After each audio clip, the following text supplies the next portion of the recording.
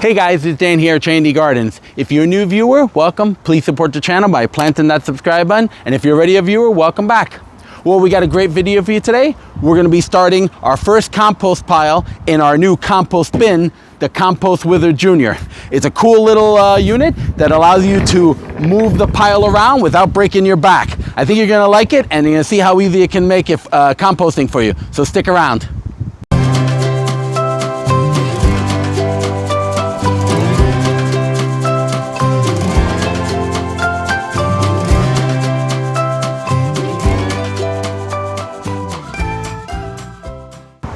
Welcome back. So if you're familiar with our channel, you know here at J&D Gardens, we like to do a lot of composting. We do composting all year round, spring, summer, and winter. And anything that we can save from our gardens, all the clippings, the cuttings from the grass, all the leftover suckers from our tomato plants, everything we try to save, and we chop it up and we put it in our compost bins. And over the years, we've done a lot of different kind of compost bins. The one that we like to use the most is our compost bins made of pallets, which is really great. We're always worked well for us. We can make like a yard per bin each time, and it works out really well. Another compost bin that we started last year was the Vivo Sun expandable compost bin, which is a really great one. We have some really cool videos for that. We'll show you, we'll leave some links at the end. It's a real easy way to do composting. And another way that we've been wanting to try for a while, we actually got it last year and we wanted to do it over the winter, but it was really, really cold here in New Jersey, so we never got around to it, is using the Compost Wizard Jr. And the cool thing about this, as I said in the intro, is that it allows you to make compost without breaking your back. If you're familiar with composting, you have to turn the pile. This is actually on rollers, so it allows you to just spin the compost around, so it just, you don't have to break the pile apart and put it back in.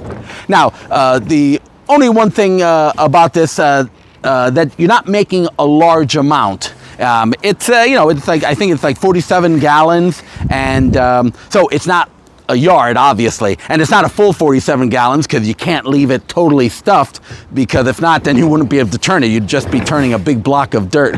So, but if you don't need as much compost, you want to be able to turn your compost piles around quickly, and you don't need that much right away, then this might be the way for you.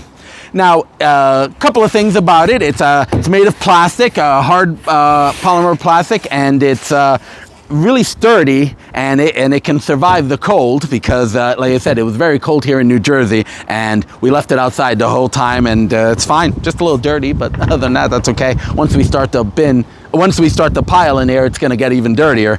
But really cool. It comes in two separate sections, as you can see. Here's the drum, and here's the base with some wheels on it for it to roll. As you can see on the side, it has some air holes, so it allows the air to get inside to help break things down. Really, really simple to set up. Now, a lot of people like to keep this on the ground. I actually put this up on pallets just to save my back. So, and when I don't have to bend down all the time to turn the pile.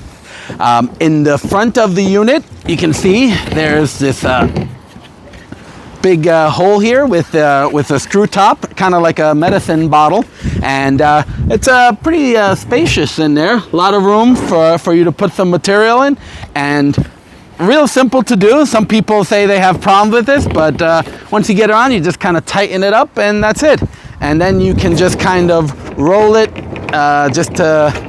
once you got your pile started, you can just keep rolling, and it'll be nothing should come out of it. Now, you're gonna probably get some leaking with some water on the sides and everything like that, but that's okay. You don't want it to be too wet anyway. You want it to, if your pile's too wet, it's gonna really start smelling anyway, so you don't want to do that anyway. So, to start a pile, it's pretty straightforward. Just similar to like doing any compost bin. This is our maiden voyage, I guess. I don't know if you want to say that. So let me just kind of start it off. I have some good carbon, which is some broken up leaves. I'm just kind of put it all in there.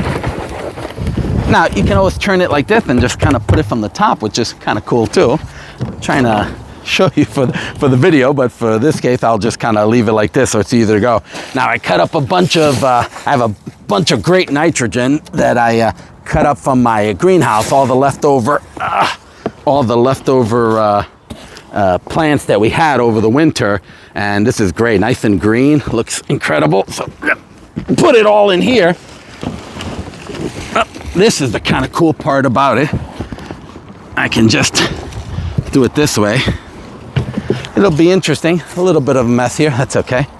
It'll be interesting when I have to empty it out. I've heard some different stories online, but we will see on people's experience with that. I'm gonna put, oh yeah, starts getting a little heavy, so you don't want to overdo it. I'm gonna put a little more nitrogen in the forms of Starbucks coffee grounds. If you're not familiar with this, Starbucks has a really cool program. It's called Grounds for Gardens, and they'll give you their leftover coffee grounds, and it's a great form of nitrogen. So I'm gonna put that in there, and it makes the pile smell so much better. If you like Starbucks coffee. Okay, great. I think I have some room there. I'm gonna put the rest of this in here. I just finished shredding this today because we cleaned out the greenhouse, and I figured a perfect time before it all starts drying out. And then the last thing is the water, which is real simple. You put it in there, and that's it. So really simple to kind of get the pile started. Now, just want to make sure you get the lid correctly, because I don't want this. I think I got it. Yep. Real straightforward. Okay. Lid's on perfect both sides. And the beauty part of it is normally, you know, you'd come in with a pitchfork to a regular bin and start turning the pile to aerate it. That's the beauty of this. And you get a good workout. You hear that clanking around.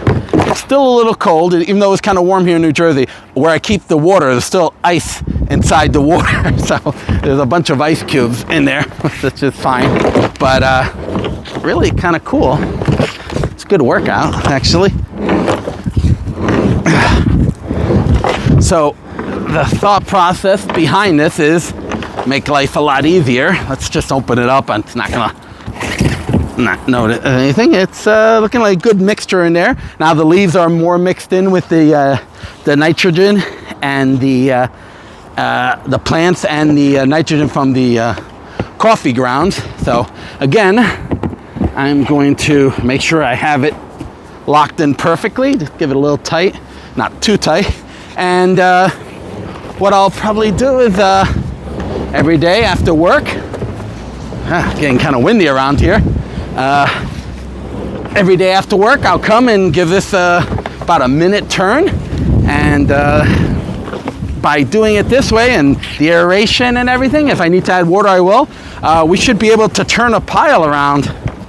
Now they say 4 weeks, and then maybe, you know, we can see. As the time of this video, which I'll do it later in the week, it's March 1st, which is a Saturday. We're gonna be we're doing shorts to follow up on this and see how quick it goes. And also, depending on how quick it breaks down into compost, can be also how much you've processed the material that you're putting in there. And by process, I mean I chopped it up. If you're putting big handfuls of leaves in there, it's not going to break down very quickly. I break everything down in a mulcher or with a lawnmower, and I put it in here. And same thing with all the the nitrogen, excuse me, that I got from the greenhouse. I ran it through my shredder so that it's just nice and broken down already. So it's almost compost if you think about it. But this will help everything break down a little easier being enclosed in this. And by spinning it around, you know each area is getting, it's really working. Maybe I made it too heavy. Each area is getting air to help break everything down. So it's pretty cool. Something we've been wanting to do for a while, and Again, the unit, it's not going to make massive amounts, but if you're doing a lot of composting in a smaller garden, it might not be so bad for you, because you'll be able to turn a pile around in 4 to 5 weeks probably. Not the cheapest unit in the world, just want to kind of point that out. I think at the time when we purchased this last year, it was about, I think we got on sale at Home Depot for a little, maybe $250, I'm not sure. It seems like a lot, and I get it, but it's pretty sturdy. It's gonna be around for a while. Be around with us for a while. It's not gonna deteriorate. The pallets will deteriorate before this does, so we should have it for a good, as long as I'm doing gardening, one would hope anyway. So if you want to think about, well, is it cheaper to buy compost or to buy a unit like this and go through the work? That's a decision you'll have to make. We like to do a lot of composting. Most of our composting will be done in our larger compost bins, but if I already have a pile started and I don't want to add anymore because it's in the later stages, I want to start a new pile quick, and I have some grass cuttings and a bunch of other material, this is where this is going to come in. I'm kind of constantly go ahead and making this as material becomes available. If I'm not putting it inside those bins and I'm not putting it inside my worm farm bin, then I can just throw it in here. And now I'm probably not going to be putting any kind of meats or dairies in it, or I'm just going to be doing plant life and leaves and all that kind of carving, because I don't want any animals.